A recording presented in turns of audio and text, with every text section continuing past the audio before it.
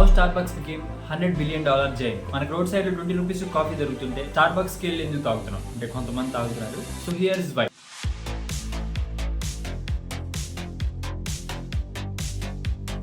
Starbucks ని premium brand కింద marketing చేశారు. సో స్టార్బక్స్ కాఫీని స్మాల్ ఇంకా లార్జ్ లాగా డివైడ్ చేయరు. ఇటాలియన్ నేమ్స్ అయిన వెంటి ఇంకా గ్రాండే అని డివైడ్ చేస్తారు. స్టార్బక్స్ ఇంకా కస్టమర్స్ మధ్యలో మంచి రిలేషన్షిప్ బిల్డ్ చేస్తారు. Like writing the name on the coffee and మీరు కాఫీని కస్టమైజ్ చేసుకోవచ్చు. అంటే ఏమేమి ఇంగ్రీడియంట్స్ కావాలి, ఏమేమి యాడ్ చేసుకోవాలి, ఎక్స్ట్రా టాపింగ్స్ ఏమి యాడ్ చేసుకోవాలి అని చెప్పి మీరు కస్టమైజ్ చేసుకోవాలి. ఇలాంటి స్కిల్స్ అన్ని చేయడం వల్ల మంచి రిలేషన్షిప్ బిల్డ్ అవుతుంది కస్టమర్ కి ఇంకా స్టార్బక్స్ కి మధ్యలో. స్టార్బక్స్ ఇచ్చే ఎక్స్పీరియన్స్, మీరు స్టార్బక్స్ లోకి ఎంటర్ అవ్వగానే మంచి ఫీల్ వస్తుంది. మంచి అంబియన్స్, వైఫై ఇంకా అట్మాస్ఫియర్ అంతా చాలా ప్లెజెంట్ గా ఉంటుంది. సో ఎక్స్పీరియన్స్ బాగుండడం వల్ల రిపీటెడ్ కస్టమర్స్ రావడానికి ఛాన్స్ ఎక్కువ ఉంటుంది. సో మెయిన్ గా మనం ఫ్రీక్వెంట్ గా చూసేది స్టార్బక్స్ అనేది ఒక స్టేటస్ సింబల్ లాగా తయారైపోయింది. స్టార్బక్స్ కి వెళ్ళడం, కప్పు తీసుకొని స్నాప్లు పెట్టడం. సో ఇది ఒక ట్రెడిషన్ అయిపోయింది. మనం ఏం చేయలేము అనుకోండి దాన్ని. ఇంకా స్టార్బక్స్ ఏం చేసిందంటే స్టార్బక్స్ లో సీజనల్ డ్రింక్స్ అనే కాన్సెప్ట్ ఉంటుంది. సో ఈ సీజన్ కి ఈ డ్రింక్స్ ఫేమస్ అని చెప్పి సీజనల్ డ్రింక్స్ ని లాంచ్ చేస్తూ ఉంటుంది. దీనివల్ల ఎక్స్క్లూసివిటీ పెరుగుతుంది. నా పర్సనల్ ఒపీనియన్ ఏంటంటే స్టార్బక్స్ ఇంత పాపులర్ అవడానికి కారణం 400 రూపీస్ పర్ కప్ పెట్టినా కానీ